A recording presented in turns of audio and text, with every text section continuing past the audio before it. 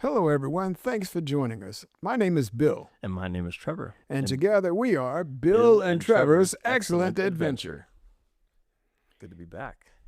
It is good to be back. It's been a long time for us, maybe not so long since somebody just listened to the previous episode. Very, very true. But I've been excited about getting into this next section.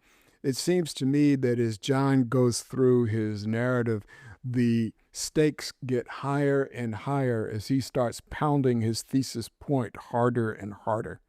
And right now, we're about to see an incident that's really going to expose some stuff. Let's talk about it. Yes. We are in John chapter 9. And do you want to read or shall I? But you start. As he passed by, he saw a man blind from birth.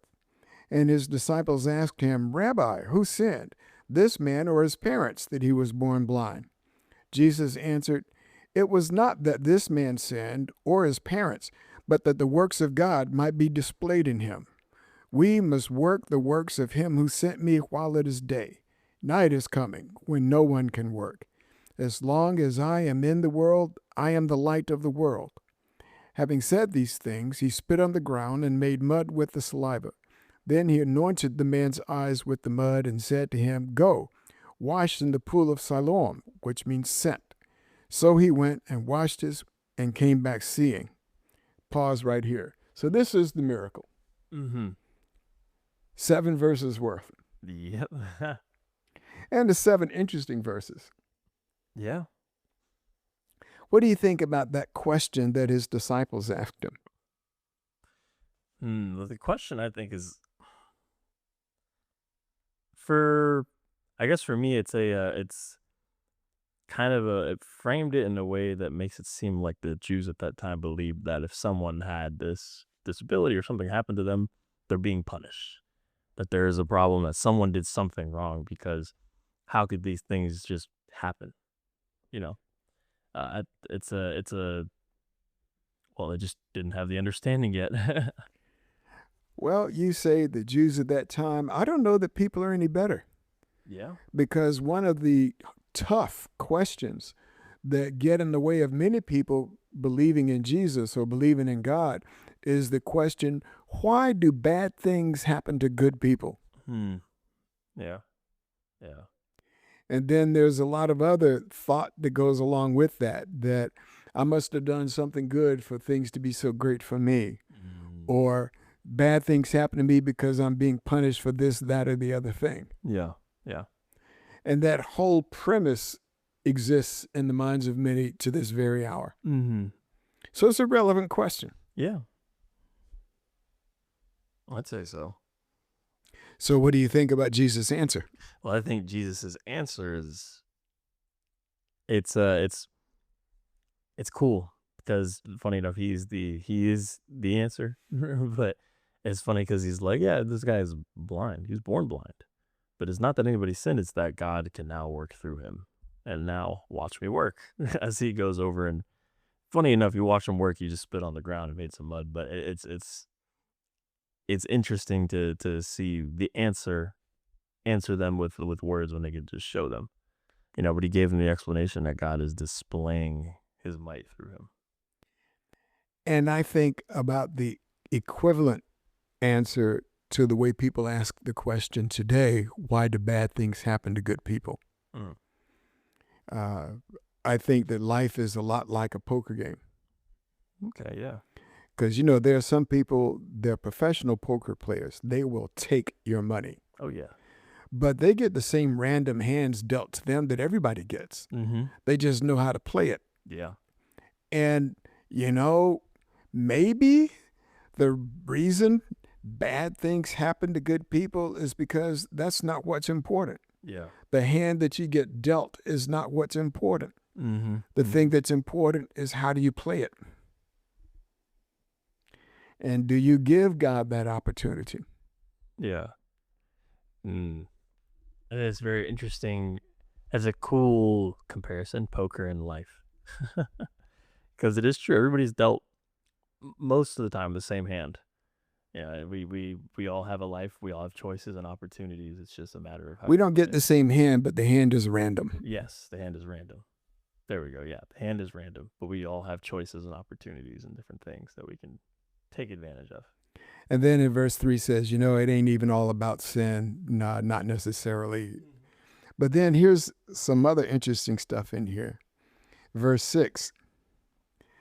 Now, I have read, I don't know if it's true or not, but I have read that what Jesus did made sense in the cultural context back then. That people attributed medicinal powers to saliva. Really? I don't know if it's true or not, but it's really true that I read it. That. All right. I see. But me, 21st century American, I'm grossed out. Yeah. Yeah. I was gonna say it's a good thing the guy's blind. He has no idea what happened. Well, maybe he heard Jesus. Wait, what are you doing? Wait. And then, go wash in the pool of Siloam. This word means sent. Now, John throws in that thing. So it's important to John that we understand that Jesus sent him to a pool called sent. Yeah.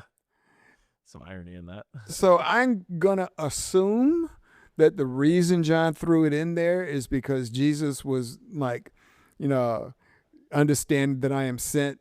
I'm sending you. Maybe that's a lot. But somebody else I was talking to said, well, maybe that was just the closest pool to where he was laying. That would have been a funny coincidence if that's the case. But anyway, he comes back seeing, and that's 7 verses worth of the miracle. Yeah. And now we got a long chapter, and the story doesn't even stop at the end of chapter 9. So let's go see what happens next. Let's do it. On you. All right. His neighbors and those who had formerly seen him begging asked, "Isn't this the same man who used to sit and beg?" Some claimed that he was. Others said, "No, he only looks like him." But he himself insisted, "I am the man." "How then were your eyes open?" they asked. He replied, "The man they called Jesus made some mud and put it on my eyes. He told me to go to Siloam and wash. So I went and washed, and then I could see." "Where is this man?" they asked him. "I don't know," he said. So pause here. Visualizing the scene again. Some people were not sure if it was him. Why do you think that was? Well, one, because I'm sure it's because he could see he wasn't begging. But I think it's also they probably didn't pay much attention to him when he was begging. Hadn't thought of that before. Yeah, I mean, I don't know how it is here, but I don't know how it is in this time, right? But I think about 21st century America. It's like very easy to just kind of, hey, there's a guy begging on the street, just look past them. And that may well be it. I was thinking this because the guy could walk differently. His facial expression is different. Yeah. He registers on his face what he's seeing. A person who's blind, they don't do that. Yeah, that's true. And maybe I thought, it was his demeanor that made people uncertain. But anyway, they talk to him. They hear his voice. Says, "Well, how did that happen?" He said, "I don't, Jesus, I don't know where he's at." So keep on reading. Okay. Verse 13. They brought to the Pharisees the man who had been blind. Now the day on which Jesus had made the mud and opened the man's eyes was a Sabbath. Seems like Jesus is poking the bear again. He sure is. And I love it when he pokes the bear. It's funny. Therefore the Pharisees also asked him how he had received his sight. "He put mud on my eyes," and the man replied, "And I washed, and now I see." Some of the Pharisees said, This man is not from God. He does not keep the Sabbath." But others asked, "How can a sinner perform such signs?" So they were divided. Then they turned again to the blind man. "What have you to say about him? It was your eyes he opened." The man replied, "He is a prophet." They still did not believe that he had been blind and had received his sight until they sent for the man's parents. So pause here. So now we got a debate going on. So some of the Pharisees are saying, this guy cannot possibly be from God. He's not doing the miracles right. Not doing the miracles on the right day. Yeah. It's really interesting to point out that they are not disputing whether a miracle occurred. They're not. And that's an important thing to factor in. Christianity spread like it spread on the basis of these things happening, and nobody could stand up against it. Mm-hmm. So they come up with a reason not to believe the obvious historical facts. Yes, they do. But there are some people who say, well, wait a minute. How is that even possible? Yeah. Well, some people are focusing on, the right thing. And it's not unlike people seeking today. Mm-hmm. If you look at any other standard of evaluating history, Mm-hmm. Jesus comes up as being a miracle working prophet who rose from the dead. But if people are not willing to accept that conclusion, then they come up with other stuff that doesn't hold water. Mm-hmm. They sure do. Keep on reading. Is this your son? They asked. Is this the one you say was born blind? How is it now? How is it that now he can see? We know he is our son, the parents answered, and we know that he was born blind. But how can he see now, or who opened his eyes? We don't know. Ask him. He is of age. He will speak for himself.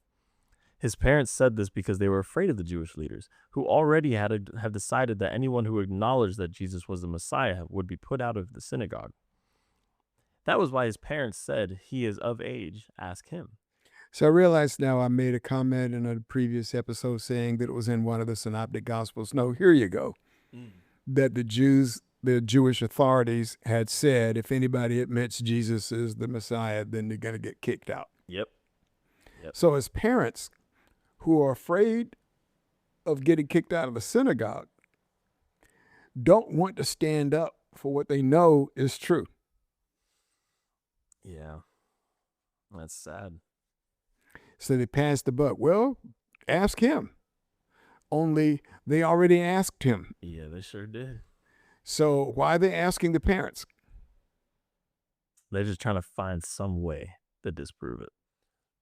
I think it's like they can't fathom in their minds that this is Jesus, the person that they have, built up in their head to be the conqueror of Rome and destroy the Roman Empire and bring up Israel, do all these things.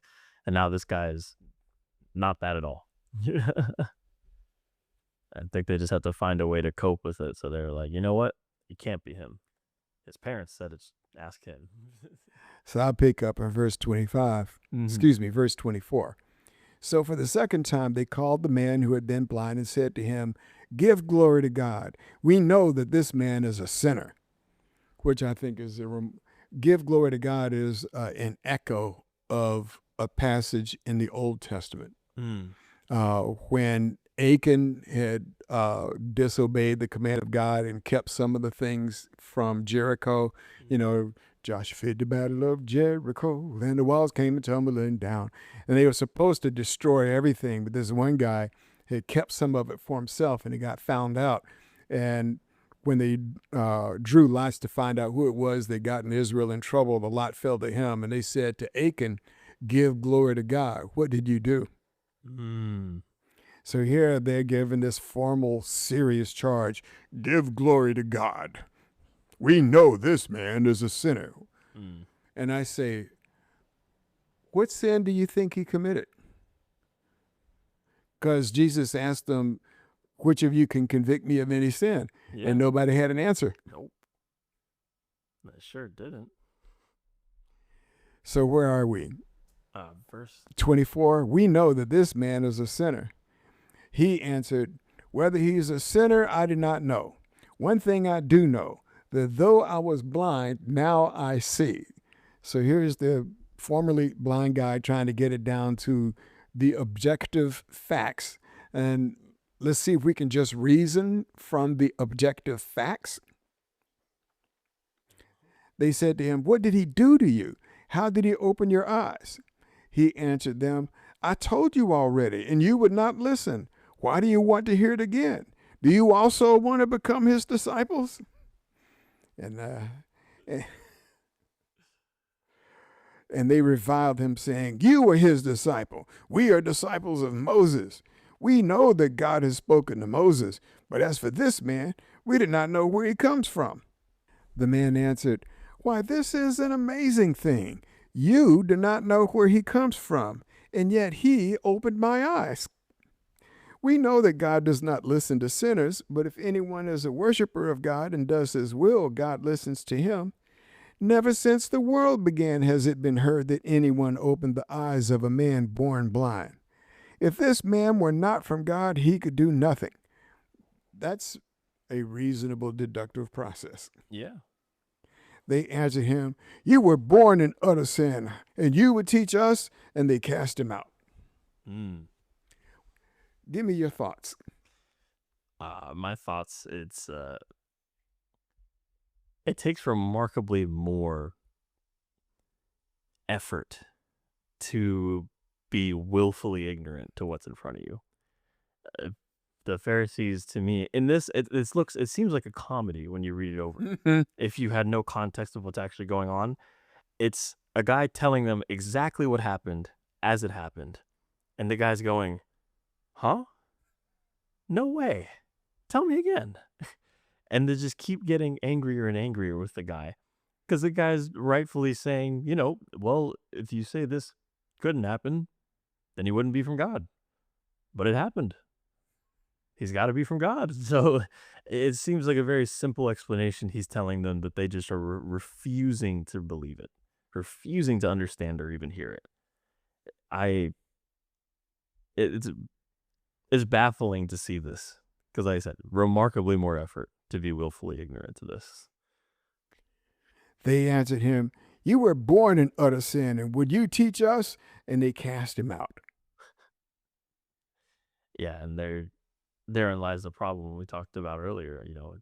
It doesn't mean that he was born in sin. It means that God can work through him now. Yeah, and what it illustrates to me is a thing that everyone needs to look out for. Mm-hmm. I heard somebody say, when the facts are on your side, pound the facts. If the emotions are on your side, pound the emotions. If neither the facts nor the emotions are on your side, pound the pulpit. I see it in political rhetoric. When people don't have a leg to stand on, they just get outrageous and insulting, as if that's going to distract from the facts. Yeah, yeah. Jesus heard that they had cast him out, and having found him, he said, "Do you believe in the Son of Man?" He answered, "And who is he, sir, that I may believe in him?" Because you realize the guy had never seen Jesus before. Exactly. Never seen him.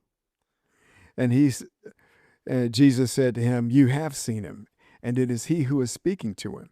He said, "Lord, I believe," and he worshiped.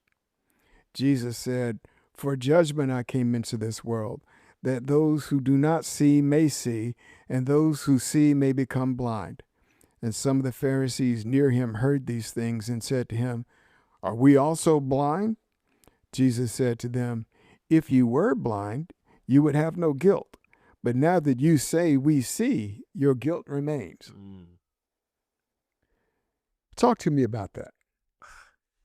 Oh, me to talk to you about that. Yeah, or ask questions.